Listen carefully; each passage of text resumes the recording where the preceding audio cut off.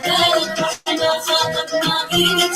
everybody, welcome once again to The Tawla with Amer Zahir, and tonight is going to be a especially fun episode. We have two wonderful guests with me. As always, if you would like to join me, make sure that you go to my website, amerzahir.com. You can join the link. You can join us here for the live thing. We're going to have a discussion with our guests first, and then I'll open it up to some interaction, live interaction with guests out there. You can join us and talk. Before, I just want to give a couple updates. First, I know a lot of you were following the Drop Engage campaign that we had, as some of you might know. So Engage is a Muslim American civic engagement organization. They came out very clearly through the Electronic Intifada and many other publications that they were doing a lot of normalization activities with Zionist organizations like the ADL, AJC, Shalom Hartman, MLI, and currently doing these things, not just doing them in the past. And they were asked by many organizations to renounce these activities, to stop doing them. They refused to do that. First, the American Muslims for Palestine dropped them, and then they were dropped from the largest umbrella group of Muslim organizations called the U.S. Council on Muslim Organizations. So that was a pretty big win, I think, for Palestinians. We have a lot more work to do, but making sure that we made clear that these kinds of things would not be tolerated. And some of you might remember about a month or so ago, we had an event right here on my Facebook page with Professor Rabab Abdulhadi and Professor Sami Al-Arian, where we went through all these things, and then things sort of very quickly happened after that event. So that was very promising. The second thing is, here in Michigan, recently there was supposed to be a virtual event for a school out here where the keynote speaker this last weekend was going to be Benjamin Netanyahu. We reached out to many of the elected officials who were supposed to appear with him, including the governor and senators and all kinds of people, and called on them through letter writing campaigns and newspaper editorials to get out of that. We didn't think we were successful until the night of the event, where I was watching the virtual event, and the school decided not to air the video from Benjamin Netanyahu. They sort of said, due to unforeseen circumstances, he's not appearing with us. And we later learned that that was due to pressure from the community as well. So the fight for Palestinian rights is on. The fight for Palestinian visibility and justice continues to be on. But that doesn't mean that we are not still subject to all kinds of attacks all the time. And that is the subject of tonight's discussion. As we all know, the saga over the summer of Palestinians at the DNC and Palestinians trying to have our voices heard, this happens not only in political circles, but in activist circles around the country, and especially on college campuses. And we have seen the attacks on our activists, whether it's through Canary Mission or trying to get people fired, or sometimes literally trying to get people attacked and hurt. It's something that happens all too often. And the two people I have with me tonight are two strong Palestinian women. I always say there's no other kind. Two strong Palestinian women who are with us tonight. And let me get them in here. Please help me welcome Professor Rabab Abdulhadi and Nerdeen Kiswani. Good evening, ladies. Oh, sorry. Let me unmute you. Good evening, ladies. Good evening.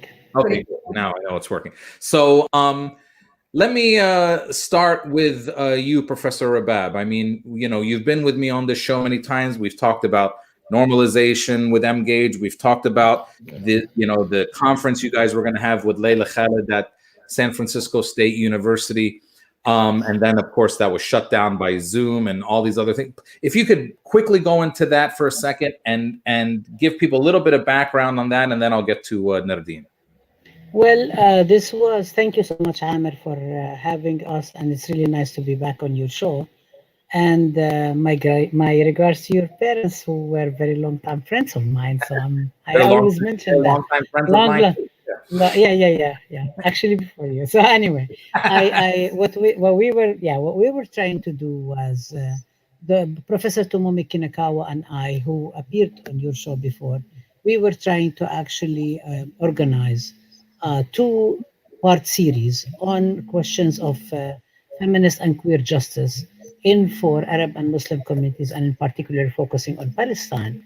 This was a series we had started in the spring. It was quite successful, and the reason we did it on webinar, because in the spring right before we actually were going to have it, I was going to be a guest speaker in her class. And what happened is that because of COVID-19, all university instruction was converted to online instruction. So what we decided to do was to do it online, and we streamed it live, and a lot of people attended it. Our students were very excited. It was April 6th and April 8th. And we had a lot of scholars, a lot of public intellectuals, people in the communities. There was such a positive feedback. So we thought, why don't we do it again in the fall? And especially in the fall, also our instruction was converted online. So we organized it. We invited, the title was Whose Narratives? Gender, Justice and Resistance, a Conversation with Layla Khalid. We chose a panel of 4 people to have conversation with Layla Khalid, who's a Palestinian revolutionary and feminist icon. And 2 of them were actually anti-Zionist Jewish activist Roni Kasril, who was very well known and very active in the anti-apartheid movement in South Africa, and he continues to be a very long-time activist, and Laura Whitehorn, who was a very long-time freed political prisoner in the U.S., also anti-Jewish, queer and feminist activist here in the U.S., and 2 other people. One was Professor Rabab Abdulhadi, who is the director of the Institute for Women's Studies at Birzeit University, which is the premier institute for women and gender studies throughout the region, by the way, historically. And people always say Israel always came to liberate women first and so on. Actually, that's not really true. IWS has been there around. And also we had Seko Odinga, who's a very long time, over 33 years, political prisoner in the US, Black Liberation movement, who was actually part of the Organization of African Unity with Malcolm X and only stepped out when Malcolm X was assassinated. So all these people were actually had a very long history. They were going to have the conversation with Layla Khalid. And then that was on September 23rd. The second one was October 19th, which we should had on Monday. And it was the Zionists basically and right-wingers and white supremacists flipped. Basically, they went crazy. And part of they pressured Zoom and the Lawfare Project, which is a legal organization supposedly of the pro-Israel lobby, as well as Act IL, which is an app by the Israeli government, sent about 19,000 messages, we are told, to Facebook and YouTube to shut it down. And as we started speaking, before we even got to hear from anybody, Zoom the night before shut us down and said that we violate their terms of service.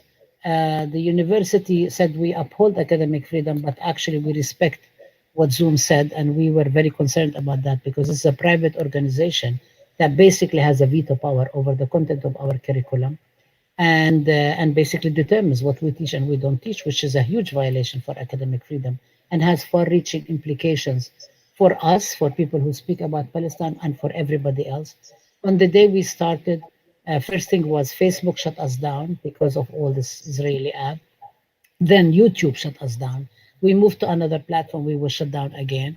And basically it is really the Israel lobby that waged a very long campaign along with their right-wing white supremacist allies who could not really stand for Palestinian women like Layla Khalid to speak up for herself, could not understand, could not allow for us to be able to talk to people and talk about the narratives of history of Palestine and so on, could not really tolerate the fact that Palestinian women in general can actually speak for themselves and defy the Islamophobic, Orientalist, and colonialist narrative that basically reproduce the thing that our societies are exceptionally homophobic, are exceptionally misogynist, and so on.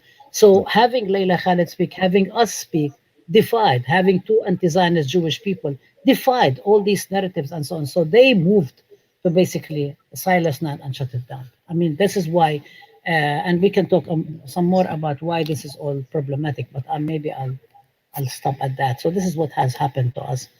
So, and we can also talk maybe about the reaction and so on. So. Yeah. Okay. So, Nerdeen, I know you're at CUNY Law School in New York City, right? Yes. Right. Of New York. Yes. And I know that you have, anyone who follows you on social media knows that you've been very active on Palestine and especially on college campuses for a long time.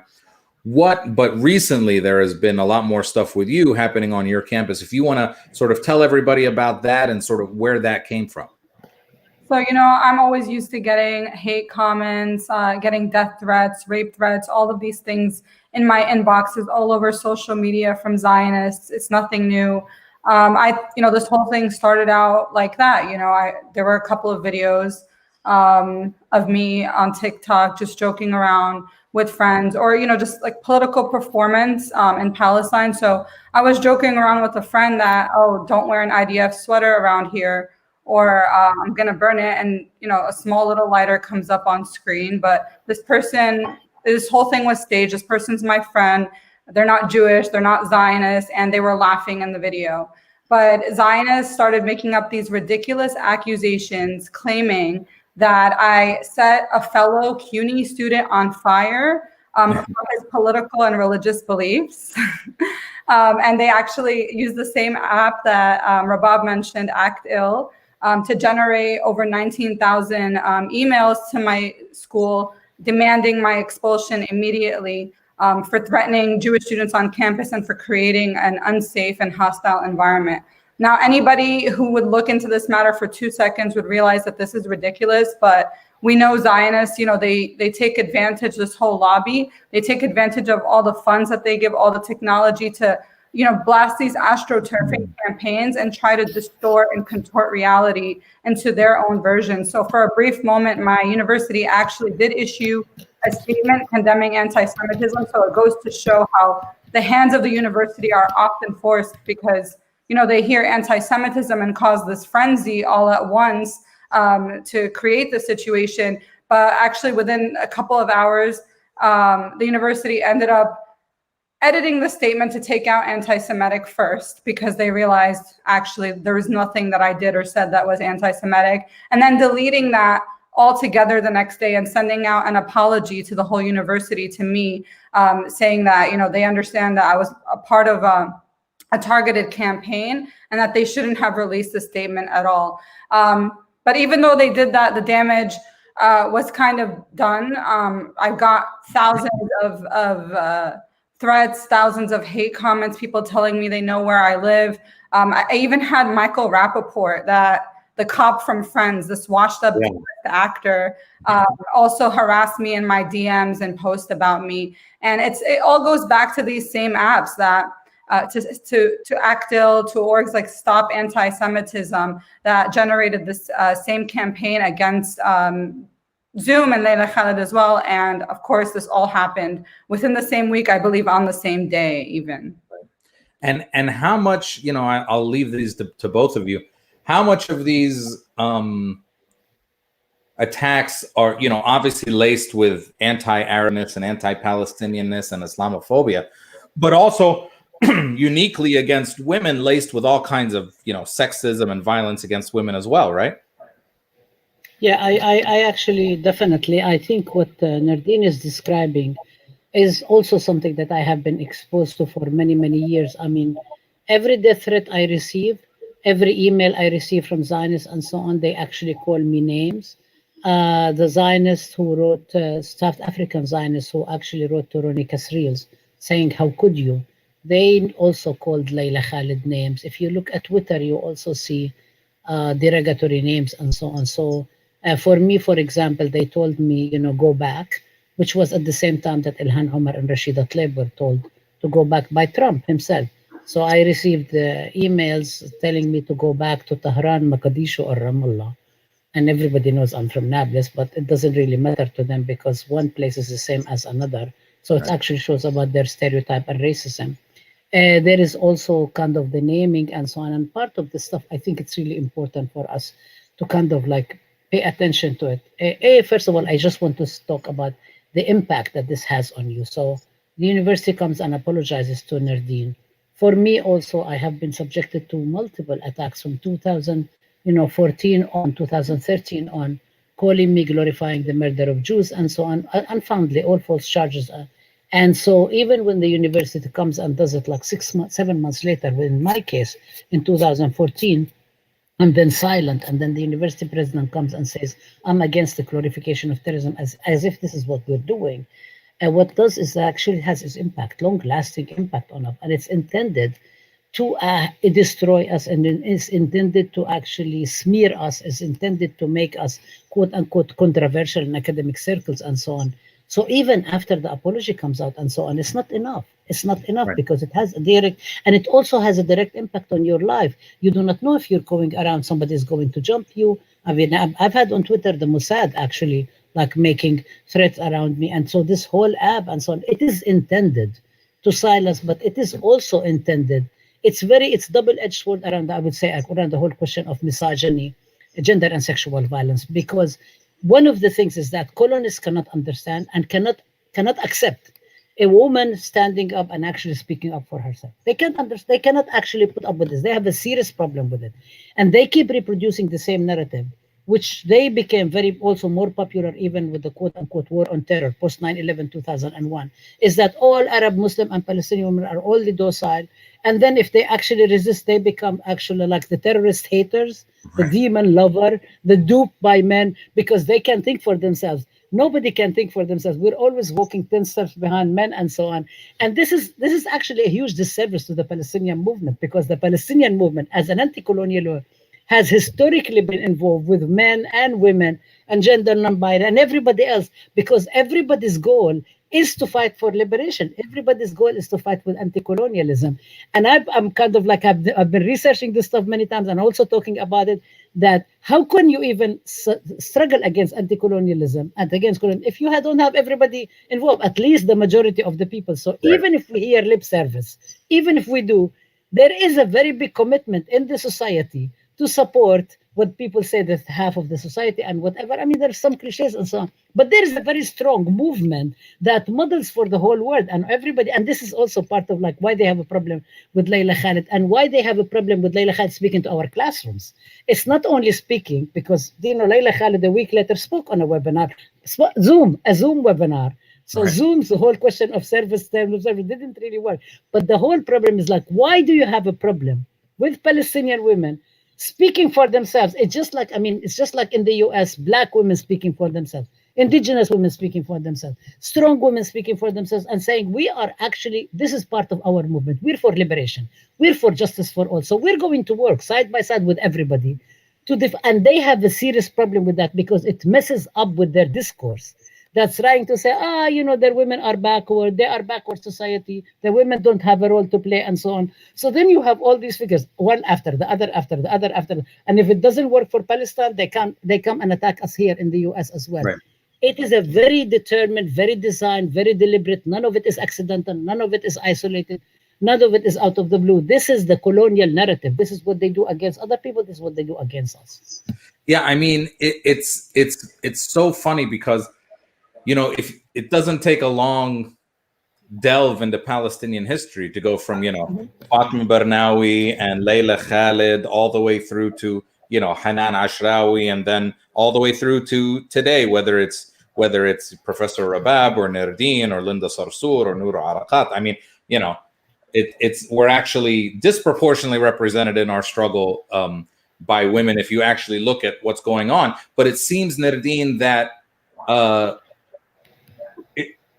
it strikes me as something different even with Black women or indigenous women or Asian, because the Orientalist notions of Arabs and Muslims is that, the women are docile. So you're like, not only are you telling people something that they don't want to hear, but you're like breaking every racist stereotype that they have in their brain, and that just seems to make them even more angry at you, right? Exactly. The irony is in their inconsistency. And if you look at most of the messages that I've received, almost every single one of them is laced with the B word, the C word, whatever word you can think of, a majority of them are laced with that. And I remember being an undergrad, Canary Mission actually sent out an email to everyone at my school, to everyone at, across whoever's on their mailing list. And they actually targeted a lot of the individuals that they were targeting, Palestinian women who were at CUNY and other women who were at CUNY SJP. And they actually titled the subject of the email,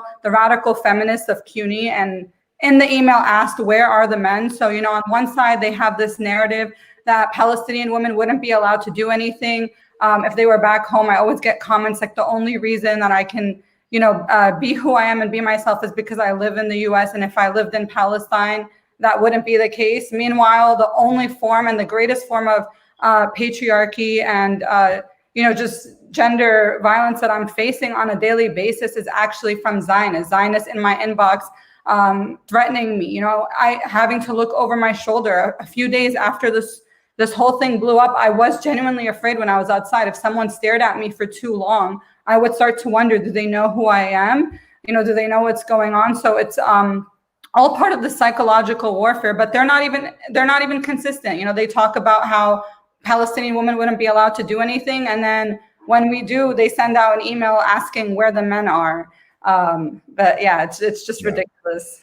Well, I mean, racists aren't usually particular. They're not usually they're not usually concerned with details or the truth or any of that kind of stuff.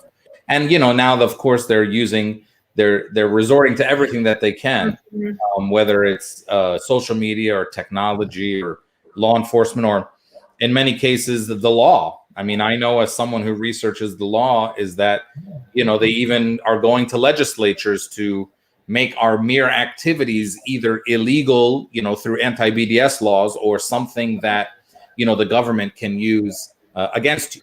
Go ahead, Professor. I'm sorry, I was actually thinking about a number of things. One is that when our students, especially students, went and protested against the racist mayor of occupied Jerusalem, Nir Barakat, in 2016.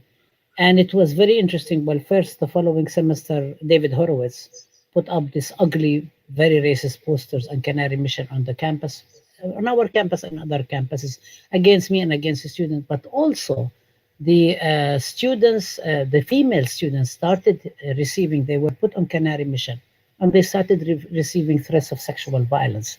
And so there is a particular way to try to actually silence us. The other thing I would say is very interesting, because when Campus Watch attacked us on our collaboration with An-Najah National University, every single time they put up picture, they only put up pictures of men.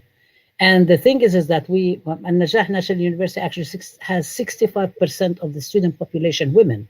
But it's not inconvenient truth for the Zionists to actually say that, because if they say that, then they have to explain why is it that there are all these women participating. So there is a particular way in which historically, by the way, I wanted to say kind of like, Palestinian women is, I mean, since the 30s, since the 1929, since Balfour Declaration, there has been engagement, and this is the history of everybody, it's not just for us.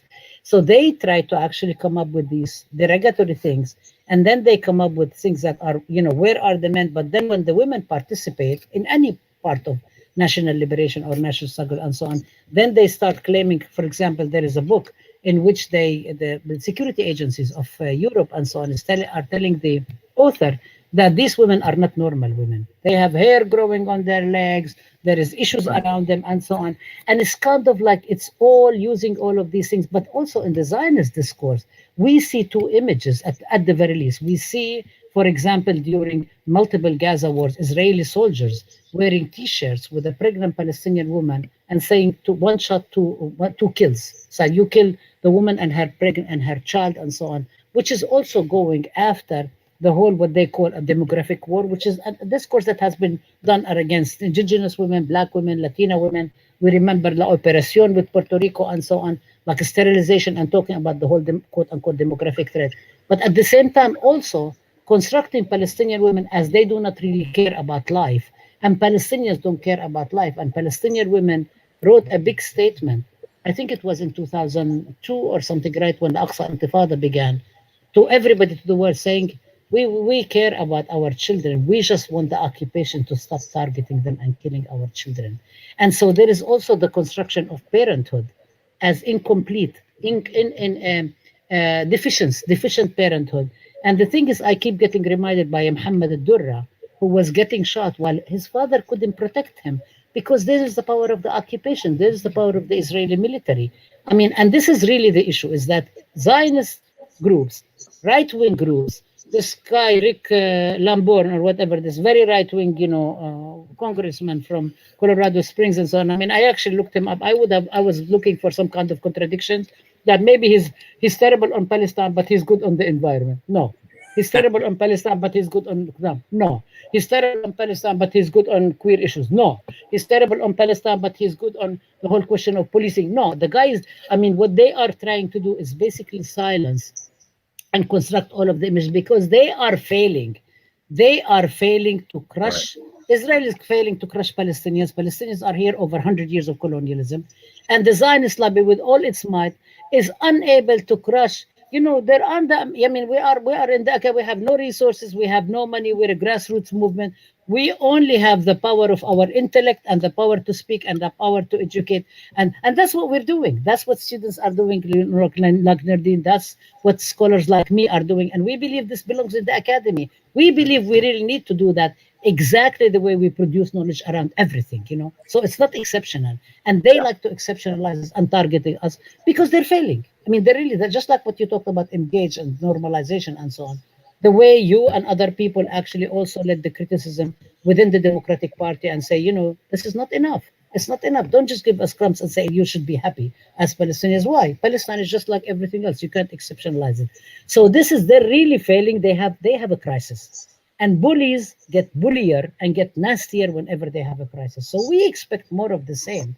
But they are really targeting also, it's very gendered. It's very gendered. It's very much against Palestinian women. It's very much trying to kind of like construct us as weirder than. So they think that we will get disciplined by our own society. And our society tell them to go to hell. Right. You know, we embrace you, we support you, we love you. We're going to uphold you. We're going to uplift you. We're going to go behind you. So. Yeah, I mean, that's an interesting way to say it. You know, part of their racist notion is they think the men, and there definitely is problems of sexism and misogyny in Palestinian society, no question about that. But they think that, you know, the men of the society are going to tell women, hey, calm down, which is, you know, usually quite the opposite. I mean, at least in the house that I grew up in, you know, at least quite the opposite. And it is, you know, I remember, but you know, you're right, Professor. You got to feel bad for these Zionists, man. I mean, things are crumbling around them. I mean, to the point where you know, they put Ahad Tamimi in jail. You know, she's a kid. I mean, they're afraid of a kid. They're now afraid of Hamad Assaf. He's a singer. I mean, you know, they're just afraid of. You know, let's not forget when they've murdered our artists and you know, they're afraid of the real voices. And you know, but I also remember. You know, we were naming a lot of Palestinian women, and I hate to do it because, I mean, I feel like I'm buying into a stereotype by naming all the important Palestinian women in history, but maybe just for sometimes even Palestinians need to be educated. Like Nerdeen, did you know, because you're the young in the group here, did you know, did you know that in 1996, when Yasser Arafat ran for president of the Palestinian Authority, do you know who ran against him? No, I have no idea. Her name was Samiha Khalil. She was the head of a nonprofit organization in Ramallah called Inaash al-Usra. And she got like 15% of the vote, you know? So I mean, and she's my aunt. She's my aunt. Oh, she's a man, Rabab always got to brag, man. Rabab, Rabab, like she knows all the Palestinians. She brags about all the Palestinians. But I mean, you know, that is not accidental. I mean, we were nurtured by all this. Hey, you know, look, we're all related to Jesus. So, you know, we're already from a wonderful genetic tree. But Nerdeen, let me ask you, and by the way, let me say to people out there watching, again, if you want to join in, I can put you on the screen. Go to amerzahar.com. There's a link. You click there, you get into our studio, and I'll put you on the screen, or you can make comments on Facebook and YouTube, and I'll throw them up as well. See, there's somebody else here who says Samiha Khalil, our aunt. Karma, what? Do you know this person too, Rabab? You know everybody. Seems like. Oh, yeah. You know, we have a lot of cousins. You know, Palestinians are so connected, and I think it's because of displacement. I don't think we are exceptional than any other people, but I think because of our displacement, we're always looking for the connections. And every single time I talk to somebody, everybody says, Bint min inti.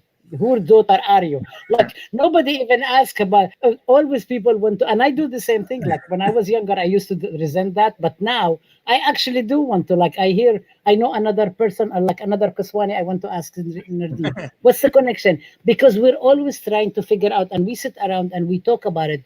I think part of it is because we actually have a network of people who are activists, who know each other, who are following, who are like actually really brought up to understand all of this stuff. So, you know, it's not accidental when I say to you, Like every single time I say, I know you, I know you, I know your parents, because they were amazing activists when we were struggling together in the 80s. I mean, it's a very long time. It's not something new. Didn't just happen. So I think it's getting harder in terms of like personal threats and so on. But it's not new. I mean, you mentioned the artist. Look at Najil Ali. I mean, he's a cartoon. He was a cartoonist. He was only drawing cartoon character. They went and assassinated him. They cannot stand thought.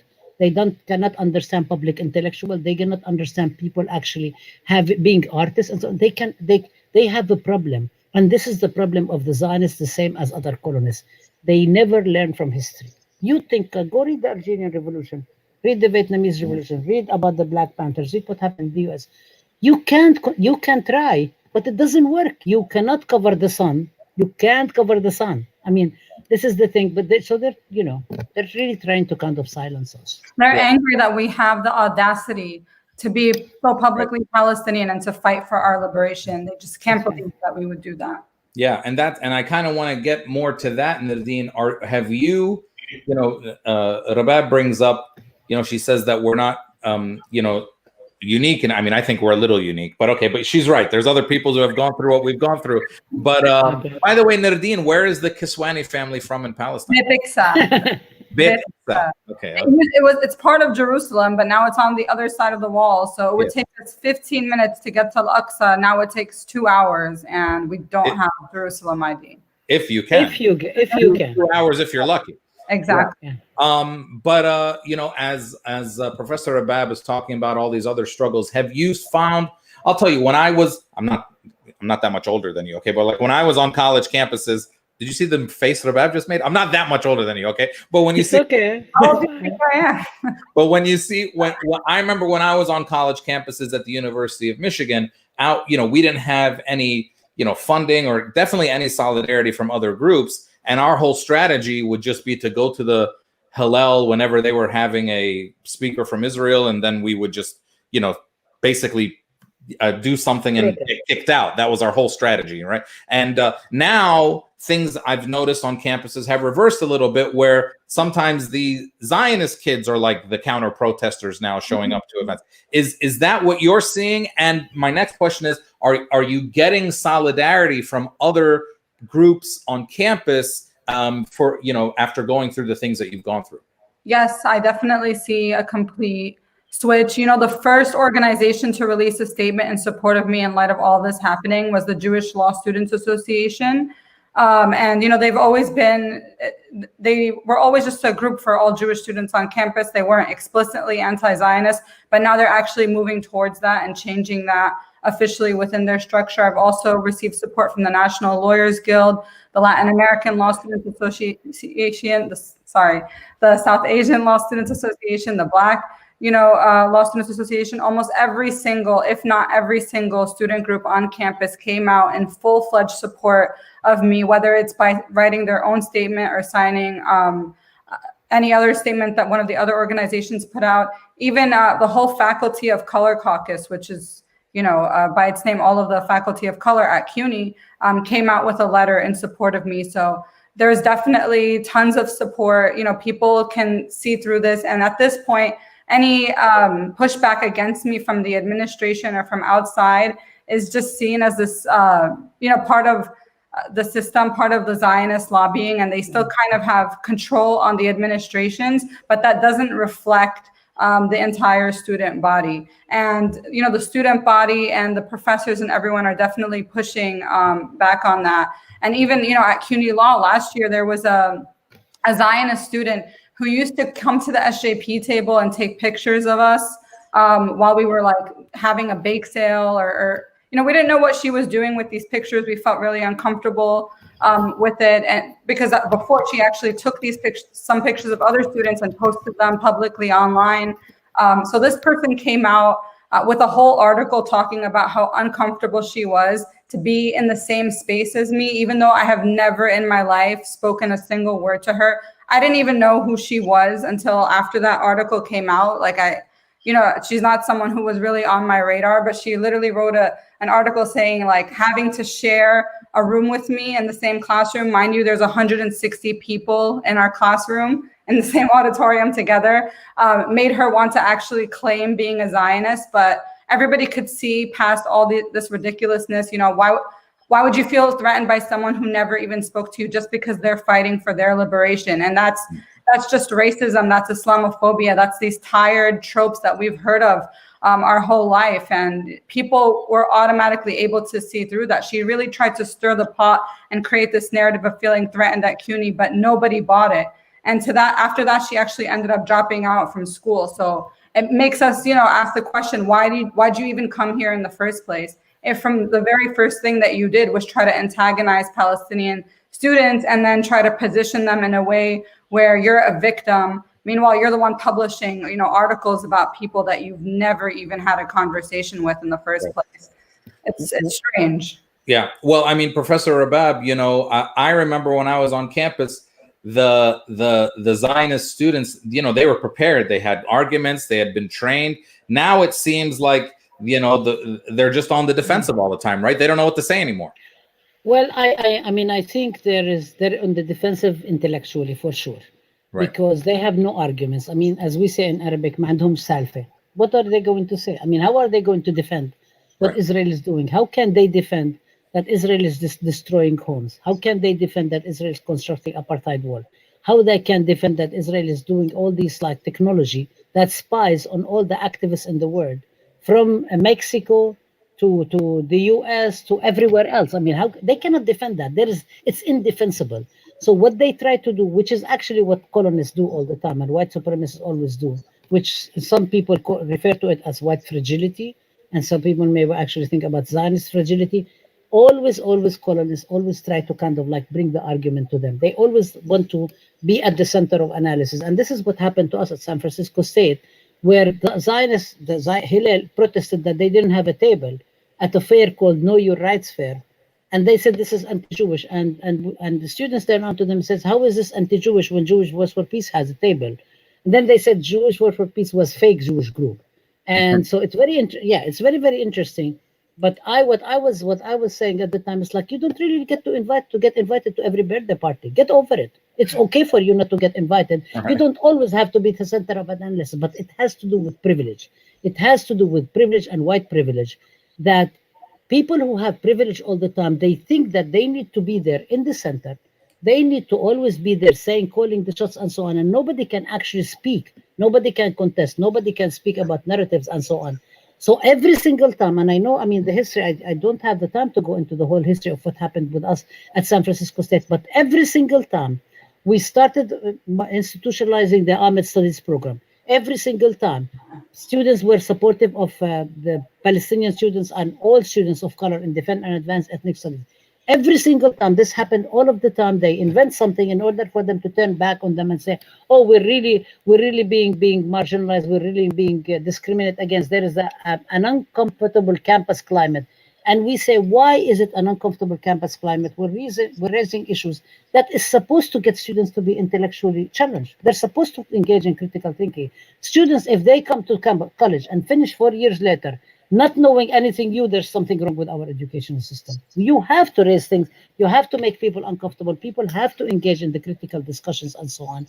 So they are very much bothered by all the programs in critical ethnic studies, in Palestine studies, in Black studies, in indigenous studies. They are very much bothered by that, because that raises questions about the history that kids have learned throughout in their schools and so on. That's very colonialist history, that upholding a certain version of history that upholds the status quo. They have very much a problem with it, and this is why they oppose California ethnic studies curriculum. This is why they're raising issues in Arizona and everywhere else. They're just so afraid of the truth. They are so worried about the truth. And we come and we say, let's have a discussion. We don't even say, we never ever say you have to actually accept everything we say. We're just saying, let's have a discussion. But they want to silence completely the debate, because when you have a debate, it becomes very problematic, because it exposes colonialism, it exposes Israel's racism, it exposes its apartheid, it exposes its occupation, and Israel cannot actually get away with it the same way the apartheid regime could not get away with it, or the Jim Crow South could not get away with it, or settler colonialism in the US could not get away with it. It just cannot. It can for a while, but at the end of the day, as we see the statues falling today, every single day, this is a big issue. This is a very big issue because there are movements, there are uprisings that rising for the truth, that rising for liberation, that are saying it's not okay. It's not okay for cops to kill kids. It's not okay. There is something utterly wrong for actually devaluing Black lives. There's something wrong with that. It just, there is no way you can, however you want to turn it around, something is wrong with it. Same thing with the Palestinians. So what they are trying to do is they're trying to use their might and power and resources and money and connections with the right wing, connections with these very troubling and fascistic government and so on, to try to see what they can do, if because they think they might lose the elections, which is Trump is preparing for. I'm not suggesting we go into that, but they're actually trying to see how can we get more now. I mean, we have multiple discussions about it. How can we now institute and get more the Department of Education, the Department of Justice? And when people say about that, who's the head of the Department of Education? One of the people who wants to privatize everything about education. One of the Betty DeVos, whose brother is actually one of the most surveillance and very troubling people in kind of securitized studies and so on. So I think one of the things they try to do about us is actually separate what we do about Palestine and what we say and exceptionalize Palestine and put it in the whole of actually anti-Semitism. And that's really problematic because before there were so many people who were fighting against anti-Semitism before Zionism, and there will be many people after Zionism passes. And they get very upset because I say Zionism is passing phenomena, and it is a passing phenomena. It's a short colonial phenomena that's going to go away. It's going to be a while, but it's going to go away. Yeah. So there is a lot of solutions to it, including many of our comrades, of our allies in the Jewish community and non-Jewish people who are saying this is exactly, not exceptionalized, it's exactly like anti-blackness, settler colonialism, anti-Palestinianness, Islamophobia. This is the same. It's not different than that. I mean, I'm not saying they're exactly the same, but this is where it belongs. It's about justice. You have a problem with it, go figure out some kind of therapy or whatever you want to do and so on. Leave us alone. Leave us alone. If you don't want to leave us alone, you keep goading us. We're going to keep standing up. We're going to keep speaking for ourselves. Sorry. Yeah. I'm really sorry about that. I'm sorry for you. I'm sorry what you're trying to do. I don't think we're going to keep speaking up. Yeah. I get a feeling you're not that sorry about it, Professor. No, a lot of the times I see stuff on Twitter and I'm like, sometimes I want to just say, get over it. Yeah. And then I say, you know what, I'm not going to do that because I really don't want to stoop to that level or something. I can't use all these cuss words and all these derogatory things and so on. But a lot of the times I say, kind of give it up. Yeah. Please, por favor, just give it up, Yeah, no, I mean, it's also just not trendy. I mean, maybe Zionism was trendy at one time, but now I see people who talk about Zionism kind of like Nerdeen, do you remember back in 2009 or 10, it was cool to wear those Ed Hardy t-shirts, but it was only it was only cool for 2 summers, So now anyone who talks about Zionism anymore, I'm like, you're like somebody who wears an Ed Hardy t-shirt. It's not that cool anymore, bro. You got to stop. Exactly. It's embarrassing. And, this also brings us back to the importance of building international solidarity, because even with the uprising this summer and Black liberation movements growing stronger than ever, a common, theme amongst all of this was people were saying you can't be Zionist, you can't be pro-Israel and say that you support Black Lives Matter. Right. People outright rejecting support from Zionists because, how are you going to support the same institutions, the same ideologies that oppress Palestinians and oppress Black people, and then say that you're for the cause. So I think, any strengthening of any of our struggles bring these things more to light. And, a lot of white people also had to confront that within themselves in the U.S., not just this summer, for a long time, but this was definitely a turning point. And, even for people who don't identify as Zionists, Palestine is part of the Black Lives Matter platform. And it was really uplifted throughout that. And Nerdeen, let me, we got one question here on Facebook from one of our Palestinian activist sisters in Chicago, is Vivian Khalaf. She runs a Get Out the Vote organization for Palestinians called SOTU in Chicago. And she says, we need to dismantle the myth that anti-Zionism is anti-Semitism, one mind at a time, slow and painful, but it's doable. I know Professor Rabab talked about this, but especially on college campuses. I'll tell you, when I was on college campuses, that wasn't too much of what they're using. It seems like they're using it more now because they're sort of running out of tools in their toolbox. Is that what you see as well, that this sort of accusation is one of the most prevalent things? It is, you know, what they're trying to say now is that 95% of Jewish people are Zionists. So if you don't support Zionists and you don't support 95% of Jewish people, making up these absolutely false and abhorrent statistics and trying to, actually, I think that's anti-Semitism in and of itself, trying to force every single Jewish person around the world to be connected to or to be held accountable to Israel, to Zionism and its disgusting crimes, when, you know, so many people do not want to be a part of that. But I definitely do see it as a passing phenomenon. I don't think like this argument holds up at all. It's one of their newer talking points, as you said, but none of them are good. They've all been trash. And let's remember, at one point, the United Nations even had a resolution saying that Zionism was racism. So, you know, these things, it may seem like it's been there for a long time, or this is a prevailing ideology, but just because 19,000 bots that were funded by the Israeli government start spewing BS all over the internet, it doesn't make it any more real, and we shouldn't live in their reality, we need to live in ours. Yeah, I mean, you know, something, I don't know whose thing is beeping, if someone could. Sorry. It's okay, no problem. So, you know, Edward Said, I remember Professor Rabab Edward Said wrote a long time ago, and while Palestine is a colonial movement like many others, and it's going to looks like many others and then like many others, there are some unique aspects about it. You know, he said we are the victims of the victims, which kind of makes us a little bit more. Oh, okay, so you don't. Okay, but anyway, I remember him writing that, which maybe makes our thing a little bit more. I don't know, just one of the unique aspects of it, where, you know, at least that's how it's framed, right? Or maybe we're not even framed as victims, but they definitely are. And so that I used to say that a lot. I mean, I used to say that a lot, but actually, like with one of my studies and so on, I actually didn't agree with that, and I became like, I engage in criticism and self-criticism, so I own up if I do something wrong. I actually, from my studies, we are not the victims of the victims. We're definitely victimized, but the victims of the Holocaust were also victimized by Zionism. And if you look at many survivors of the Holocaust, this is what I'm saying, is that it wasn't the people who suffered in the Holocaust that went and victimized it. It was a colonialist, settler, colonial movement that actually allied itself with the colonial powers. And we just like look at the history of Zionism. And then first they were kind of actually like talking about the settler colonial movement in Palestine. And sure, I mean, true enough, I should just say that when Herzl came up with the Jewish state, which is small state, not big state, in 1897 Basel conference, the first Zionist conference, and so on before that, and thought about this because he was very much influenced by the Dreyfus trial. He actually thought that this would be a way. The one solution in order to address anti-Semitism was for to gather all Jews in one state. Tell Europe, you don't really need to deal with the anti-Semitic problem. We're going to gather all the Jews and go somewhere and actually basically like gather them in another ghetto.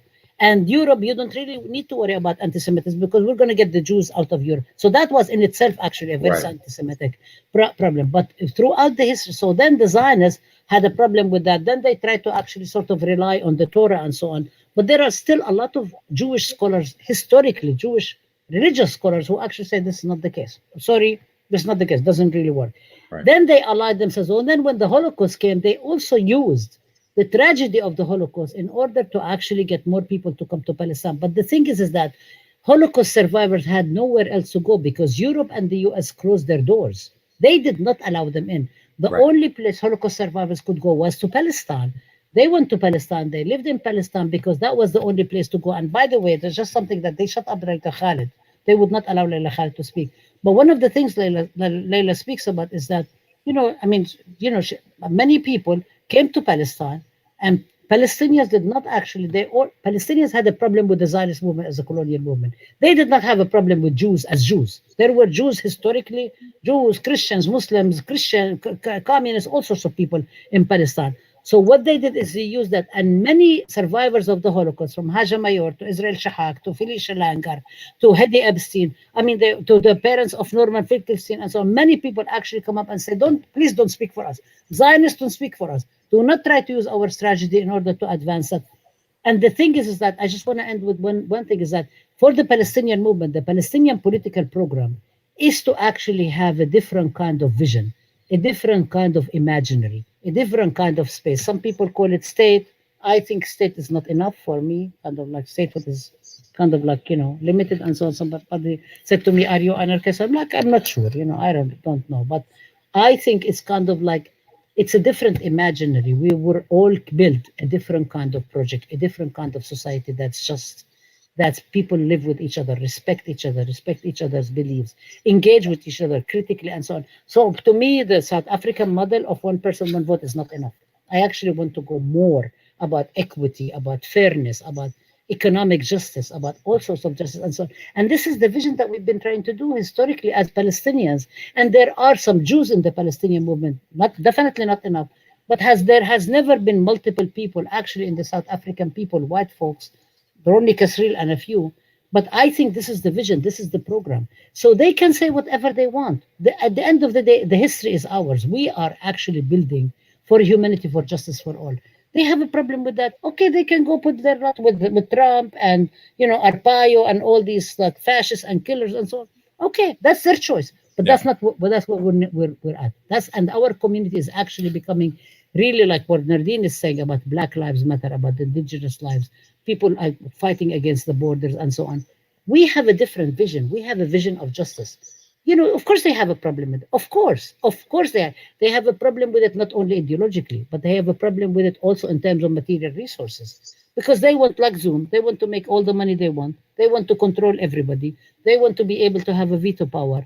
They want to extend their corporate power and so on. And we're saying enough. No, that's not okay. Sorry, that's not okay.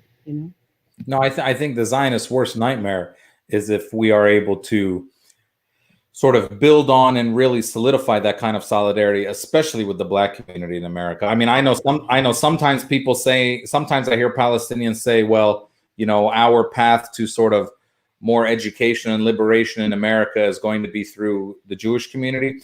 Maybe partly, but I really think it's going to be through the Black community if we can create that level of solidarity. And let's also be clear-eyed about it. We have a lot of amazing allies in the progressive left of the Black community in America. But the mainstream Black community in America, especially mainstream political activists, are still very entrenched with Zionists and Zionism, and we have to keep working hard. But I actually think that we can do very well in that. All right, Nerdeen, I'm going to ask you to kind of close it out here a little bit for us. I go to college campuses all the time. I do comedy shows or talks, and it's always I'm going to say something to the Palestinian men out there. You got to get your stuff together, because it is always women running the show on these campuses. I mean, like always women running the show. Like 80% of the time, it's women running the show on the campuses. And you're a little out there and more visible, but there's a lot of women who are young Palestinian women who are doing that on campuses and who are involved in SJPs and all kinds of organizations on campuses. What is sort of, and you've been through the things you've been through, and you're staying strong, Usamdi. What is the advice that you would give to some of these women on college campuses? I think it's really easy to get caught up in a lot of what these Zionists try to hurl at us. But at the end of the day, I look around, and who do I see? I see my community. I see whether it's the Palestinian community in Bay Ridge, whether it's like all of these student organizations coalescing around me, whether it's all the badass Palestinian lawyers that I have supporting me and representing me in this case. All I see is, they try to make it seem like we're just getting attacked, but all I see is more and more support. And I can't even name you a single face of one of these attackers besides that washed up D-list actor from Friends. And that's like the best person that they can do. So I think, they're just kind of exposing themselves. And, these attacks aren't actually, they seem like they're going to affect us, but in the long run, but in reality, when we band together, when we show that, obviously this is ridiculous and that we have our whole community together, and, we keep getting attacked, they keep adding more and more people on Canary Mission, all they do is continue to delegitimize themselves. So we just need to continue to push forward until we reach a critical mass. And I completely agree with you. Our organization within our lifetime has always said that we believe the best things that we can do to fight for Palestinian liberation in the U.S. as people living in the U.S. is actually support the Black liberation struggle, among other oppressed nationality struggles. So, that's how a lot of college campuses are going in that direction anyway, on so many struggles regardless. So as Palestinians, why would we abandon our struggle? Why wouldn't we take up our rightful place in revolutionary struggle and align ourselves with these other organizations and with these other movements and liberation struggles. Because at the end of the day, that's how we strengthen them and how we strengthen ourselves. Okay, well, we do have a couple people who called in, so I want to try to get a couple people on the screen. I'm going to try it real quick. And then Professor Rabab, I'll get back to you and Nerdeen for final things. Let me very quickly go to Wally. Wally in Atlanta, can you hear us and see us? Hello? Okay, bye. Let's try Nadav. Is that your name, man? This is my name. How are you? Good. Where are you calling from? I'm calling from New York. I'm originally from Israel. Palestine. Okay, good. What would you? Yeah, we're not arguing about it. Okay. What did you want to add or join into the conversation? I want to listen to you guys a little bit more, and then if I will, I'll ask your permission, and let me ask a question. Well, we're kind of getting to the end of the show, so I don't know if you were listening earlier in the show, but so if you have a question or comment, we can take it now because we got to kind of wrap up in the next few minutes. So it's actually a question for you, if you don't mind. Sure. I'm following you. First of all, I'm following you for a long time, and I really enjoy, so thank you for exposing me as a Israeli, a different angle.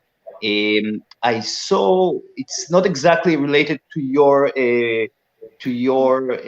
this conversation, but I've seen that in some of your posts, you're, for example, supporting Layla Khaled, which we know that she was involved in the hijacking of an airplane, and then at the same time, I see you guys talking rightfully, obviously, about justice and and rights for all under we know what's going on in Palestine. And so the question is, how can you from one hand you can support Layla Khaled, and from the other end ask rightfully for justice for all and rights for all? Okay, I will let Professor Rabab handle that one. Okay. Go ahead. Thank you. Yeah, thank you, Nadav. I actually think this is a very long discussion that we can talk about that. I don't think that it is about, there was a particular context for the hijacking. She wasn't only involved, she actually led the hijackings herself. So just to be very fair, she actually was the leader of the hijackings. There is a very particular context at that time that, first of all, Palestinians are not really unified about what happened. Was the hijacking accurate or not? Were they right or not? Until now, there is a huge discussion and debate. So I'm very happy to have that discussion with you, because it's kind of like, what do the weak do in order to actually get their voices across? Are the powerful listening, or how does it get to kind of like listen? But that's a very big discussion. But this is not why we actually had her on. We planned to have her because we thought she was a very strong Palestinian woman who stood for herself, who actually can also model for other people around. And she is a model and so on. And I received a lot of, by the way, questions about what happened with Layla Khaled. Is she this? A lot of Zionists asked me this question. I said, just come to the webinar. Please ask the questions. Everybody said, I said, I'm not a messenger. I don't have to deliver your question. Come and ask the question. This is an open classroom. Please come and have this discussion. But we were silent. So the questions you're raising, which I think is really important for us to discuss about history, about struggle, about colonialism, about what happened, about what does it mean for Israelis to kind of like, be part of the Palestinian liberation struggle. What does it mean to have a different vision for all our people and so on? We never got the chance to actually do it because the Zionists silenced it. So I'm more than happy to have more discussions. We have enough time to do it now, but I would really love to be able to have these discussions, because what we were trying to do was completely sidestep, completely erased. Every single discussion was erased. So I'm more than happy to have more discussions with you, because I think this is kind of like, this is a different society that we're all trying to, and I'm more than happy to actually, like, I met Layla, I met her a long time ago, but I know during our delegation 2014, she started saying that, everybody in Palestine should belong to Palestine. And I have to tell you, I was a bit surprised, because I've always heard from Palestinian leadership that say people who came after 1948 need to leave. People who were before, Palestinian Jews and so on, are part of Palestine, but people who came afterwards. So it was, to me, I really wanted to have a discussion, but there were other members of the delegation. So I prioritized my colleagues to have this discussion, but it was like something that we actually never even had a discussion about. What does this mean? So this is the whole question of kind of like use for hijacking, or the whole question of what people call about the violence of the marginalized, which Frantz Fanon talked about, and so on. It's a very big discussion to have, and this we didn't have a chance to do it. So I'm more than happy. I'm not trying to sidestep the discussion. I'm just saying we don't have enough time because we're towards Amer's show. Maybe Amer would like to do another conversation about that. I'm more than happy to do it because this is part of my research. So I'm really, really happy to have it with Amer. I'm very happy to have it with you, Nadav. To have You this publish, an experience. Yeah. you publish the research. The research, is it published? Can you find Yeah, it? I've done a lot of research about this, and I'm actually quite published on that. Okay. So this was going to build on that. So just check it out. I'm on Facebook. Message me. I'm more than happy to receive messages of intellectual inquiry instead of all this nastiness and this ugliness that I've been receiving. I mean, it's kind of funny because someone might think, hey, Palestinians might feel uncomfortable talking about Layla Khaled and hijackings and how it plays into and how it plays into our morality, but we're really not. I mean, it's very, it's something that we're more than happy to talk about. It is sometimes these things are the language of the weak. Sometimes it is. Do you think we wake up in the morning and want to do these things? I mean, I always say that if I and I've written this many times before, there were these times where there were these young kids in Jerusalem where they would wake up in the morning and they would take a knife and they would go try to stab a soldier and they would get shot. They would get killed. And I said, look, my job as a Palestinian is to, if I run into that kid, I want to grab him and make sure that he doesn't do that. But then I have to go tell the whole world why he was going to do that. The action. And by the way, I'm not so sure that what a lot of our brothers and sisters did with planes and stuff was unjustified, even morally. But even if I think it is, I still have to tell the story of why these things are happening instead of just doing what too many people in our community do, which is just sort of like blanketly condemn these things for the pleasure of white America or liberal America or whatever. So that's generally the way I look at it. Nerdeen, did you want to say something about that? Quickly add, I don't have the direct quote in front of me, but I think Layla Khaled explained it best herself. She said when they were being tortured in jails, in Israeli jails, which have some of the worst track records, well-documented track records of torture of Palestinians. Nobody heard their screams, nobody heard their cries. But when they hijacked the plane, mind you, in which nobody was harmed, and even the people who were on that plane, many of them actually came out and said that they had a pleasant experience with the hijackings. Then everybody knew what Palestine was. Everybody wanted to know what it was. And she got to fly over her village that she was denied entry to, that she was denied the right of return to. So if Israel didn't steal our land, if she could go to her village, if Palestinians weren't being tortured in jail cells, then that hijacking wouldn't have had to happen. So what context? You don't start at the hijacking, just like you don't start with Hamas, you start with 1948, you start with the Nakba. Yeah, I mean, Nadav, when people ask me to explain Palestine to them, I tell them it's very simple. They stole our land. There's really not much more to it than that. I learned that from my dad, Professor Rabab, that it's really simple. They kicked us out and they don't let us come back. I have 4 grandparents, Nadav. They were born in Nazareth, Jaffa, Akka, and El Khalil. And they are buried in California, Delaware, and Jordan. And it's not because they wanted to be buried in those places. And if you ask Palestinians why we're angry, it's as simple as that. All Israel has to do is stop being racist, understand what they did to us. We're not going to forget 1948. I'm sure some people might be happy if we did. Even some Palestinian leaders might be happy if we're not going to. It's not going to happen. There's still 5 or 6-year-old kids walking around in refugee camps in Lebanon or suburban neighbors in America that will tell you what village their great-grandparents got kicked out of 72 years ago. So Israel's going to have to deal with us. And you know what? I would tell Israel they better do it quickly because we love each other very much and we have a lot of kids. And if they wait too long, it is not going to be pretty in another 10 or 15 years. I'll tell you that. So, that would be my advice is for everyone to just say, look, this racism has got to stop. And either you believe it's wrong or you don't, but you can't say it's something special about Palestinians, and then ask us to condemn. And here's the problem with condemning like terrorism or hijacking or whatever, is that when we condemn it once and then it happens again, I'm not saying you, it could be white America, whoever, you ask us to condemn it again and again and again and again. And we get into this circle of condemnations, which really means I guess you didn't believe us the first time. So I guess we got to keep condemning it over and over and over and over. So if you want to ask me, how do we Palestinians live with, standing up for our rights and all the moral arguments we have, and with the actions of Layla Khalid, I'll tell you that we sleep very well at night. We don't think twice about it. I mean, Layla Khalid is a real Palestinian leader, not the ones who are filling offices, working directly with the oppressor, and working directly as an arm of Zionists, working directly as an arm of Zionist states. That's not who I see as leader. I see Palestinian women who, are willing to do whatever it takes to fight for their freedom, even if it looks something drastic like that. That's who we look up to, because we have every right, and not just under international law, but under every moral code, under every common sense code, to fight for what's rightfully ours, and to not continue to be tortured, beaten, killed, and have our land stolen, and just lay down and do nothing about it. Yeah. All right. So can I say something?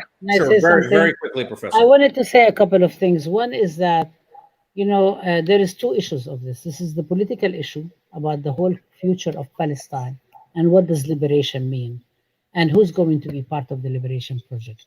So for me, if I were having kind of conversation with Nadav on the side, I would say, well, where are you coming from? Why you're asking this question? What is it that actually provokes your thinking? Why do you think this is the issue to ask? And then I would say politically also is that, were the conditions of occupation and colonialism not there, would Palestinians have had to feel that they had to hijack planes to do that? But also intellectually, then, as a professor, as a scholar who has a project that I really want to push students, keep pushing. I don't want students to be comfortable. I want them to come out of the classroom being very troubled.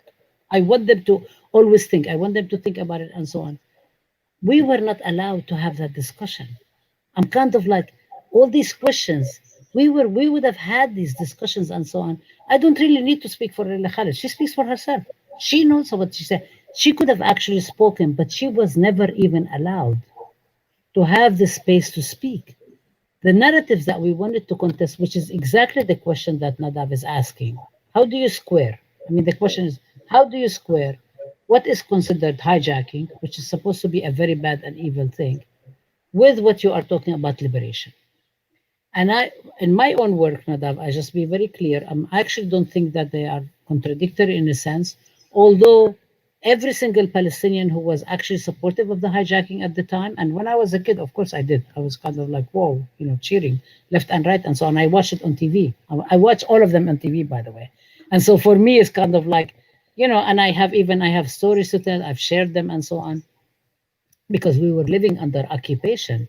And these were people who were speaking for us at the single time where every single day we were controlled by the Israeli occupation military. Every single day, there was nothing a part of our lives that wasn't controlled by the Israeli occupation. I would have liked to be able to actually have a discussion about Palestine, because Palestinians had a very big discussion. Do you hijack planes or not? Do you actually have what people called external operations or not? There was a huge debate about that. And the problem is that there is so much poverty of knowledge in the US, in English, that people don't, and this is what we were trying to actually have a discussion and say, what does this mean? Is this a tactic? And everybody who actually was engaged in the hijacking, was supported the hijacking, said that had there been more support for the Palestinians internationally, Palestinians would not have had to hijack. So there is this kind of like a question, is it really a choice? Do you really have a choice? Or is it something that is, all the context is imposed upon you? So what do you do in that context? I'm not saying, I'm not trying to actually make it a pragmatic thing, because I really want us to have an intellectual conversation. My heart breaks because we were never even able to have that conversation. We were not even allowed to have that discussion. We were not allowed to engage into it, to enable not only Nadav, who's asking a question that like really quite friendly actually and very, very sort of like not hostile, but all the people who are, all these people send me questions. This is a question for Layla Khaled. And I said, come and ask yourself.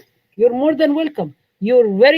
Please come and ask yourself and so on. And of course we were silenced. So we were never ever able to engage in that conversation. So my question as a scholar, as an educator, that we were deprived. I was deprived from hearing this. I wanted to ask these questions. I wanted to have my students ask the questions. I wanted people in the audience to be able to hear this because a lot of the time it's discussed in Arabic and a lot of the time it's not even available to people who speak in English, which I think that might have been the point. Yeah. So I think it's an ongoing conversation. I would really like to be able to have more of it. Okay, thanks, so Rob. Thanks, I Nadav. think it's not, Nadav, thanks for calling in, man. But only one small remark: the fact that there is not enough English, it's like I feel like it's only, it's only about the Arabic, and it's difficult to show it to people, from the outside, and then the access to information is kind of limited. Well, let's make English the official language of Israel and make it the 51st state, and then we can be done with all of it. It's already, okay. All right, thanks, Nadav. Bye-bye. Thank you. Bye-bye. Bye-bye. I think that's a good idea. All right, let's try a couple more quick comments. I have Pally Ryder and I have Ori. Pally Ryder, can you hear us? Oh, he's not paying attention. Pally Ryder, going once, going twice. No. Okay, let me try looks like it's going to be our last speaker. We have Ori Neer. Ori, how are you? Wow. Okay. Can you, oops. You need to unmute your mic, Ori. There you go. Oops. Still can't hear you. Oh, unmute. I think you have unmuted, but for whatever reason, there is a little wheel on the screen that says cam and mic. Oh. All right. Now you can hear me, right? Yes, now I can hear you. Go ahead. I wasn't intending to ask a question. I just wanted to listen in, which is, and it's an interesting conversation. But since you called on me, Amer, I'm really interested in what I think is a rather new type of Palestinian activism in the United States. What we've seen in the past was that Palestinian Americans shied away from activism, from publicity, tried not to make waves and so on. And what we see today is a movement that goes beyond campuses of activism in support of the Palestinian cause. And I thought maybe just if you could say a little bit about it, a little bit about the frameworks, the organizations that are involved in that. But before that, Ori, you run an organization called what is it called? Americans for Peace Now or something like that? Correct. Yeah, I work there. Yeah. Oh, sorry, you work there. Sorry. Yeah. And this is they brand themselves. Is this an anti-Zionist organization? Just to be clear, I'm not trying to no, not at all. No, to the contrary. No. We actually define ourselves as a Zionist organization. We do. We are a Zionist organization. Can I take a stab at this? Sure. Yeah. Sure, Professor. And maybe okay. So I think historically, actually, I don't think really that historically was the case. There has always been organizing on Palestinian, Arab. It was actually more identified as Arab more than Muslim, post 9/11, and actually even post, I would say, 1979, Iranian Revolution and so on, but also post 1987, post 2011, 2001, you will see like more people identifying as Muslim. But historically, it was Arab, Palestinian. Historically, there was this organizing. I think part of the problem is that it doesn't enter into the scholarship. So there is kind of like, again, there is this dominant discourse that says, oh, this is all new. It's the same way as sort of like people say, oh, the Black Palestinian solidarity is all new. It only happened after Ferguson. And actually on November 1st, we're going to have a webinar with the people who signed the 1970 statement in the New York Times of Black radicals on Palestine. So this is all earlier, by the way. This is the statement would actually be the culmination of stuff like, let's say, Malcolm X, Robert F. Williams, Black Panthers, a whole bunch of people have already done. And so I think it's, for me as a scholar, as a let's say organic intellectual or public intellectual and so on, for me it's always very interesting is what becomes part of history and what completely gets dropped out. So there is a lot of the history of the Organization of Arab Students, of collaboration with African American, indigenous, and so on. I've heard from many people in the American Indian movement that actually a lot of the organizing, and I was shocked. People will say, oh my God, when the PLO came and said so and so, really, I want to have an interview with you. I want to sit down and talk about the oral history because I'm very interested in that. And so there is all this stuff that is there that's completely hidden history. And the whole question of actually asking whose narratives is really part of it. I mean, I know about Shalom Akhshab, I know about Friends of Peace. Now, I don't agree with your Zionism. I'm completely against that.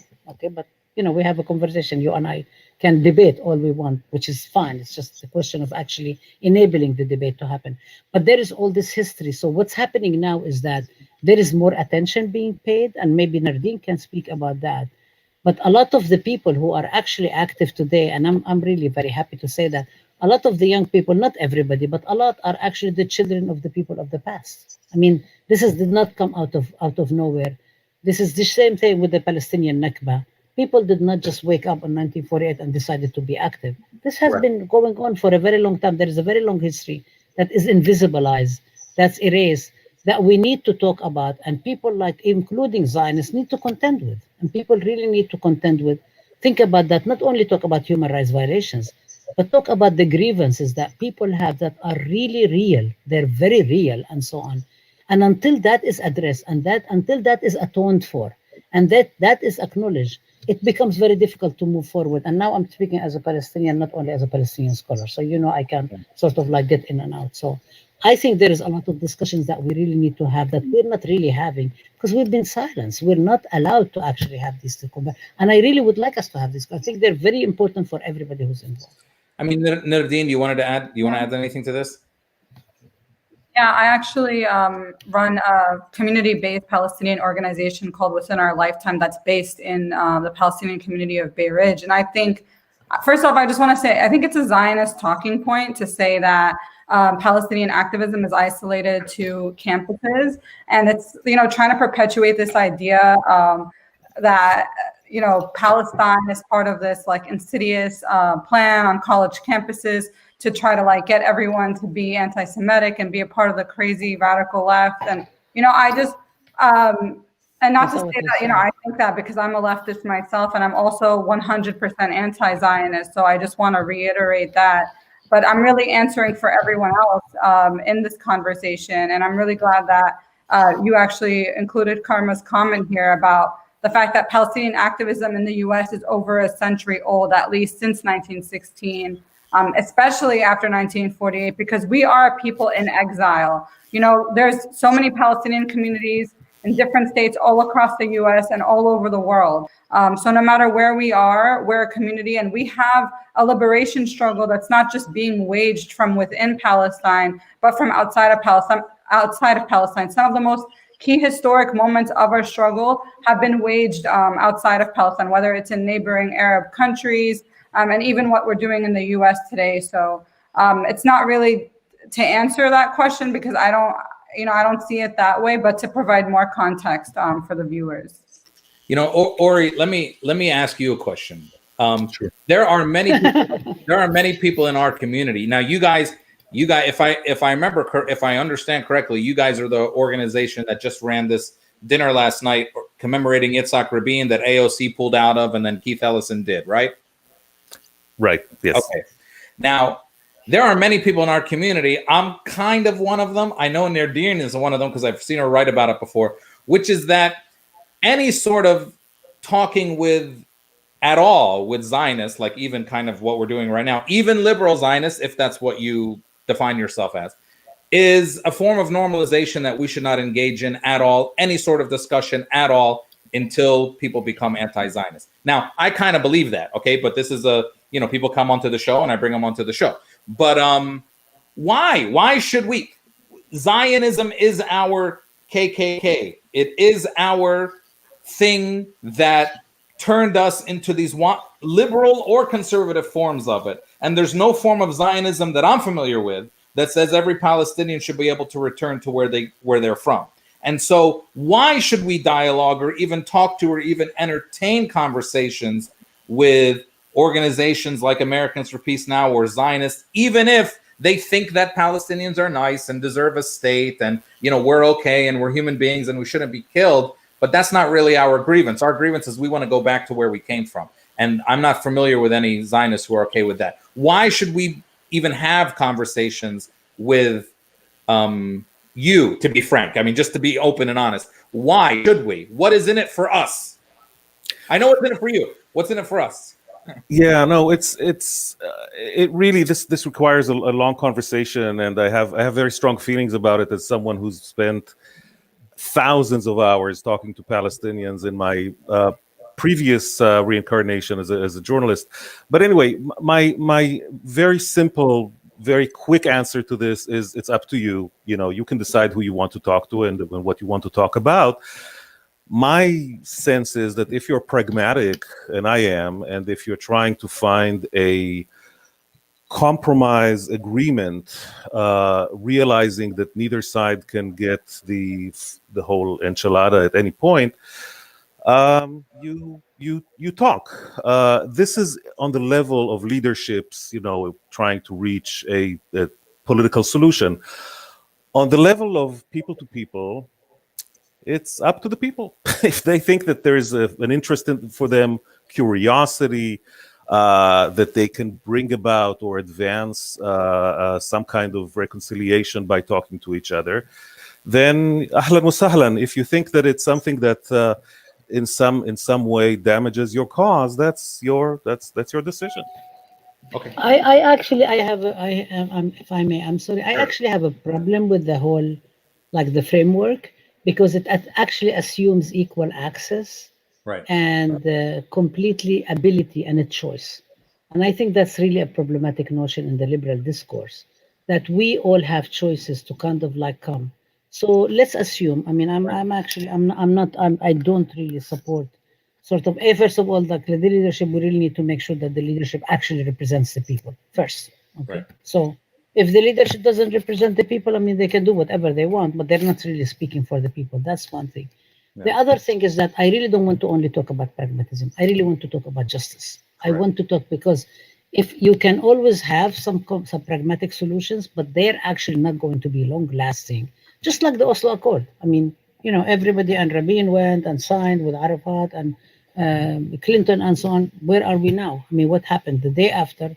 Israel actually enforced more colonial solutions, used the Oslo Accord to legitimize more of the colonialism, and so on and so forth. And that is even if you want to talk about it in pragmatic levels, it's actually quite problematic. It actually furthered colonialism and so on.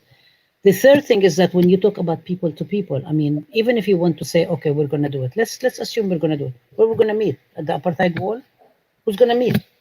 Who's going to be part of it? Is the Israeli soldiers who are actually, staffing the checkpoints and shooting right. people at will whenever they want? And why is it and not actually and have the license to do it? Right. No, I mean, so for me, I'm actually responding to you, Ori, in kind of this, because this is something that's actually quite frustrating. For right. me, it's frustrating as a scholar. It's frustrating to me as a Palestinian. It's frustrating me as an organizer, an activist, because it's always gets thrown at us as if we don't really want to talk. But right. the question is, part of the whole problem with dialogue is that it's always been all over our bodies. We've become the therapy couch on which Israelis who are, serve their military service and then go home, and then they want to feel good, so they come and touch Palestinians, eat hummus, put, embroider. And I've experienced all of this stuff. And it's it's very violent. It's very epistemic violence to actually engage in this. And it's not just exclusive to us, by the way. This is something people talk about, the Black civil rights movement, Black liberation movement, and so on. It's a lot of that is intended to make the people who come from an oppressor society feel okay about it. But there are other ways that people can feel okay about it, actually struggling about it, legitimizing, validating the narratives and the discourses and the feelings, not continue questioning. People who are marginalized, what do you want? What do you want? I mean, you know what we want. We already said that 100,000 times, again and again and again. People want to be able to actually go back. Why is there such a huge opposition in Israel about people the right of return? Because there is Zionism thinks that you can actually have a democratic state that's also Jewish.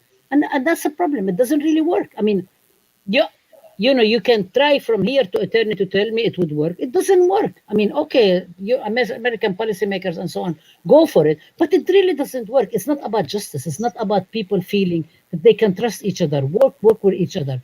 They can walk on the same streets, have the same homes, not feel that they are surveilled and so on.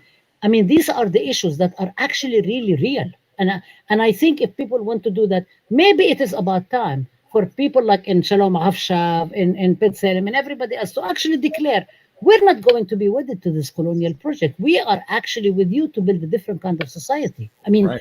this is really the call on people who actually know there is something wrong. If you think something is wrong, you need to do something about it. Doing something about it does not mean that you become a bystander and actually further repress the people who are marginalized, to further be repressed further and further and silence their narrative. So I kind of like, I think this is kind of like where it really is a question of justice. If it's a question of justice, let's all build it together. If it's not a question of justice, but just legitimize its status quo, it's a different situation. I'm personally not interested in that. Yeah, I just don't see I'll what's talk so, to you all you want, but that's it. Yeah. I mean, I don't see what's so unpragmatic about us going back home and everybody living, and those of us who believe in one state, and I think that's becoming more prevalent among Palestinians, who say, okay, let's all look. I actually think Palestinians who say, fine, let's all live in one state, let the refugees return home, and everybody gets all their rights and all this land, and no one has to leave. You don't have to leave. Everyone can stay. I actually think that is a big concession on our part for us to say something like that. And it's met with, no, we have to have a state that prefers Jewishness over even the most liberal forms of Zionism. This is something that I have to tell you, Ori, liberal Zionism freaks me out way more than right-wing Zionism, because it pats you on the back and it says, hey, you're a nice guy, but we still want you to go live over there. And that's something that is just, it freaks me out. And exactly. And at the end of the day, what are we going to say? What are we supposed to say to the people of Gaza who are languishing, without electricity for 16 hours a day, with 95% unclean water, where 100% of the children population suffer from post-traumatic stress disorder? What do we say to the Palestinian prisoners who are being tortured, the ones who are on administrative detention, like Maher al-Akhras, who's on his 87th day of hunger strike right now? What do we say to him when the people who captured him, the people who are doing this to him are Israelis? And how are we just going to ignore all of this and talk? We can't talk while all of this is happening. We shouldn't even create those platforms, because that's turning our back on the people who don't even have access. Are they talking to Maher al-Akhras? He just wants to be let out because he hasn't been, even been tried or charged with anything. If the liberal Zionists want to go talk to someone, they should go talk to the Israeli government to have him released. They should get the siege lifted off of Gaza. I just don't understand why we would be expected to talk while all of this continues to happen. And the very existence of Israel necessitates this. Yeah. All right, Ori. Maybe it's time for you guys to actually take a break. Yeah, exactly. From your historic position and change. Yeah, and Ori, let's then join hands and do a different kind of vision. Ori, come to the side of anti-Zionism. It feels a lot better, man. I promise you, it feels a lot better. That Palestinian embroidery in your house will start to mean a lot more. I promise you. You'll feel a lot better when you do it. I respect your point of view. Okay, thanks, Ori. Have a good night, my friend. You too. All right, bye-bye. All right, let's go to our last one. We got Mo from Texas. Mo, you got a keffiyeh on. I feel like you're one of us. Unmute your mic, please. Unmute your mic. Oh, there you go. So Mo, thanks for joining us. What's up? You're going to be our last caller tonight. All right. Thank you for having me. Good evening. مساء الخير لكم جميعا. I am from Kufr Yasif. That's my grandparents' town. In Galilee. in Am'a, Akka. I mean, it's such an honor to know exactly where my grandparents are from. Sadly, I haven't been there. Where did you grow up? I was born in Houston. My family moved back and forth between the U.S. and Saudi Arabia. Okay. And right now, I'm permanently located here in Houston. Okay. Well, what did you want to add to the? By the way, do you know who's from Kufr Yasif? Rabab Nerdeen, do you know who's from Kufr Yasif?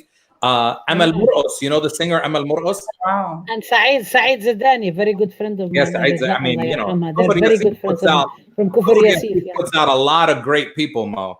I mean, Yeah. it's not like Nazareth. We put out Jesus, but Kufr Yassif, Please. Of course, yeah, Amer, you're gonna say that.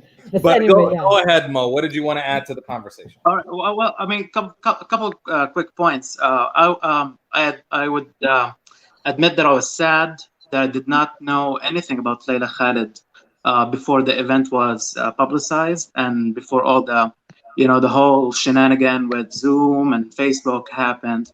I was tuned in. I was looking for which platform it will ultimately be streamed on. I found very late that it was on YouTube, and I tuned in for like 5 minutes before they took it down. So I was very frustrated when that happened. And just to piggyback on the previous caller's point when he was defending Ishaq Rabin's memorial, I mean, admittedly, both have. There is nuance to both stories when we talk about the legacy of Layla Khalid. And I'm not making comparisons, but to Ishaq Rabin or Ariel Sharon or whoever they want to celebrate or commemorate. So, I mean, I was eager to listen to Layla Khalid, to learn her story from her, because as a bilingual Palestinian, I failed at finding any objective source or reference to learn the true story of Layla Khalid. Everything I read online tells us the very gruesome, negative, story about the airplane. So a couple of questions to Professor Rabab, if she's still tuned in. Is there an objective or reference that tells the true story of Layla Khalid?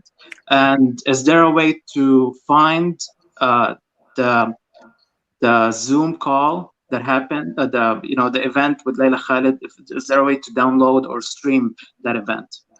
So I'll just jump in quickly and say that when it comes to hearing an objective point, or at least a more, I would say just hear from Layla Khalid herself. And she wrote one of the most beautiful books that I've ever read in my life, such an inspiration to me as a Palestinian. It's called My People Shall Live.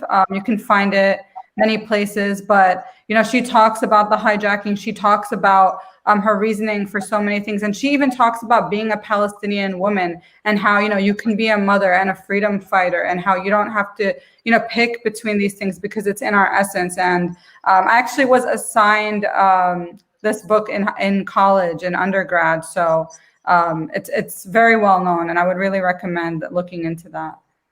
And okay, wait, she's back. I somehow was muted.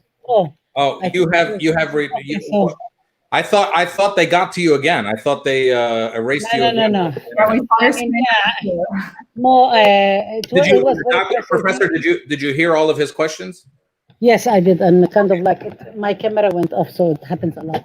But okay, sure. Anyway, first of all, I mean, if you're frustrated this bit, I'm frustrated this bit because we had all this, and I actually, for me, I have to say, I mean, honestly, it's not.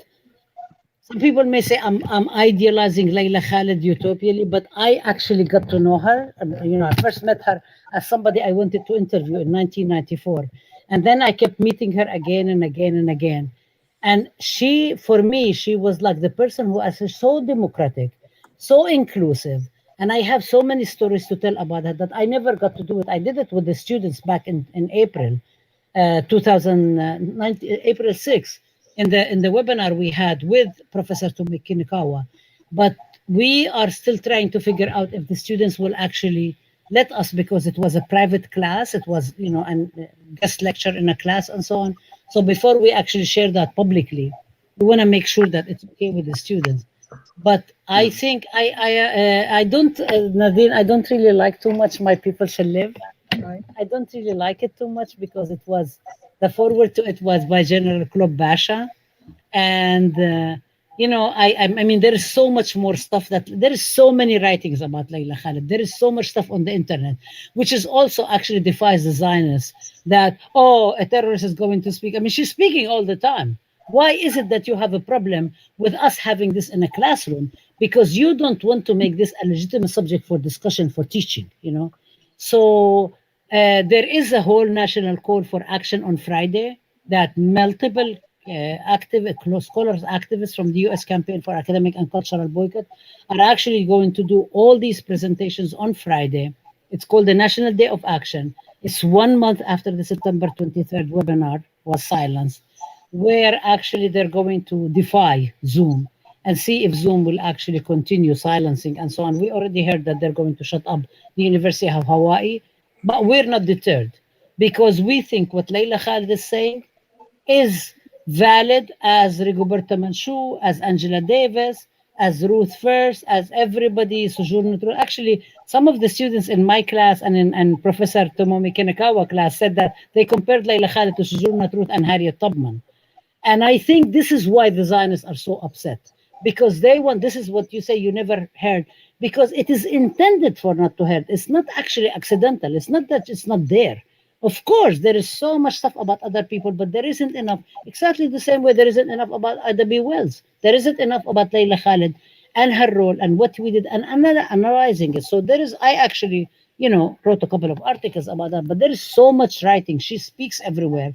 We actually use the film Layla Khalid Hijacker with a question mark as a text, a critical text, to think about when we talk about Layla Khalid. So that's what we did in April 2000, in the April 6th. And then we thought, like when my colleague said to me, oh, we're going to do something in the spring and the fall, I said, well, how about we bring real people? How about we bring Layla Khalid and we brought these amazing revolutionaries. And of course, the Zionists flipped. They could not actually put up with it.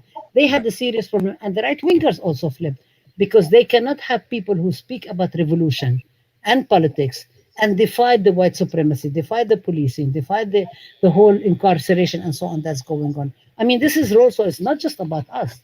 It's about what does this mean? What does this mean? And so we are hoping to be able to bring it. We're hoping to be able to discuss it. We are definitely holding Zoom accountable. We're not going to get them let away with it. We're not going to let our universities get away with accepting that Zoom has the right to veto our curriculum and actually tell us what we have in our classroom. That's not okay. That's not okay. It has far-reaching implications for all of us.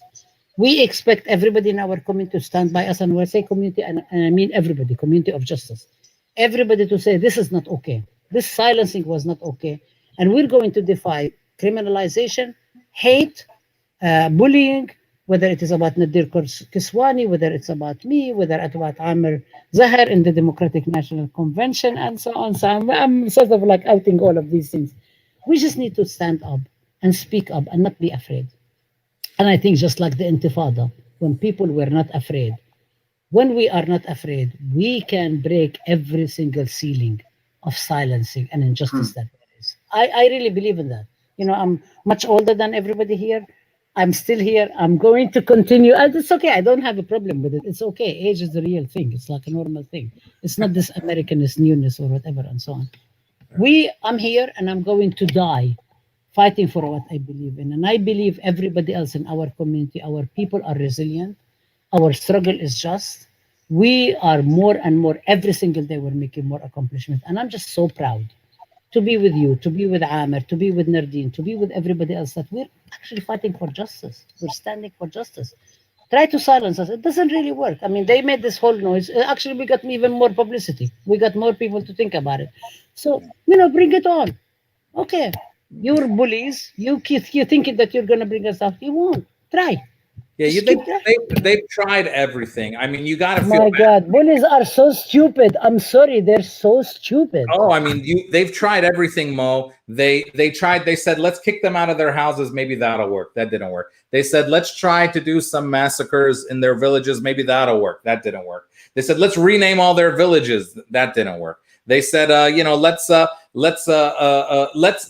everyone that hummus and falafel is Israeli. That didn't work. They have tried. You got to feel bad for these guys. I mean, they've tried everything. The only thing, and this is even liberal Zionists, unfortunately, think this way. The only thing that Israel has ever really tried to achieve is get rid of us in one way or another, either shut us up or physically get rid of. And they're just like so bad at it. And they're not. It didn't work. And none of it has ever worked, and it hasn't worked on other people, and it's not going to work on us. And I mean, look at Mo. Mo's you never been to Palestine. Is that what you said, Mo? Yeah, I haven't. Yeah, he's never been to Palestine, but it doesn't matter. I mean, Palestine is in him. He's going to go one day, and he's going to see it, and he's going to kiss the land of Kufr Yasif. But he's still just as Palestinian as anyone else who's never been there. Even though you grew up in Saudi Arabia, I feel kind of bad for you for that. But other than that, you are you're just like the rest of us. And Mo, what are you doing in Rabab and Nerdeen? I don't know if you know this. Oh, sorry, Nerdeen. I put Rabab and Nerdeen. I don't know if you know this, but Houston is one of the largest Palestinian communities. I know. A huge community there. And, when I went there. Yeah, I love it. It's like Bay Ridge with nice weather, Nerdeen. And it's not in the summer. In the summer it's too hot. I've been at GOPS conference in the summer in Houston, but I also was there at the NSJP. I keynoted the NSJP conference in 2018. That was nice weather. But in the summer, you couldn't really breathe. I'm sorry, No. Mo, well, I met. Oh, go ahead. Yeah, the only time I actually met you, Amer, in person was last year when you came down to Houston to be featured at the Palestinian Cultural Festival. Oh, the festival. Yeah. I MC that every year, and unfortunately this year COVID took it out of.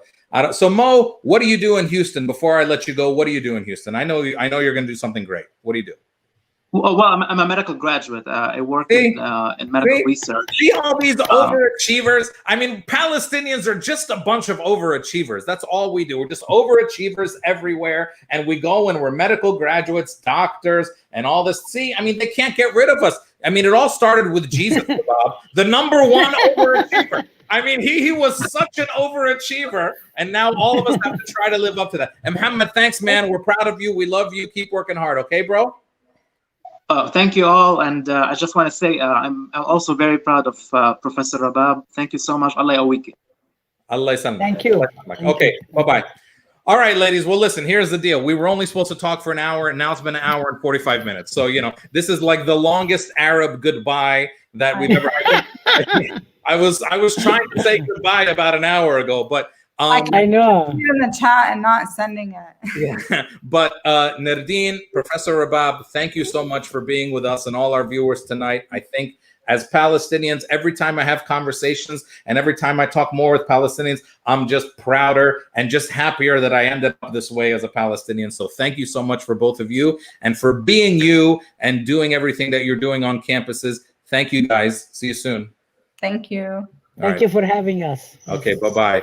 All right, and everybody out there, thanks for joining. Listen, if I hear that is the new 47 Soul album, Semetics. Go out and get it.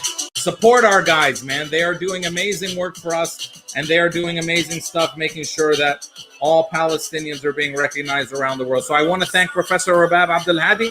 I want to thank Nerdeen Kiswani from New York as well. And to all of you out there, listen, keep being Palestinian, keep staying strong. They're going to make you feel bad for being Palestinian, but just remember, we come from one of the most beautiful people on earth. So stay out there, stay strong, and I will see you all.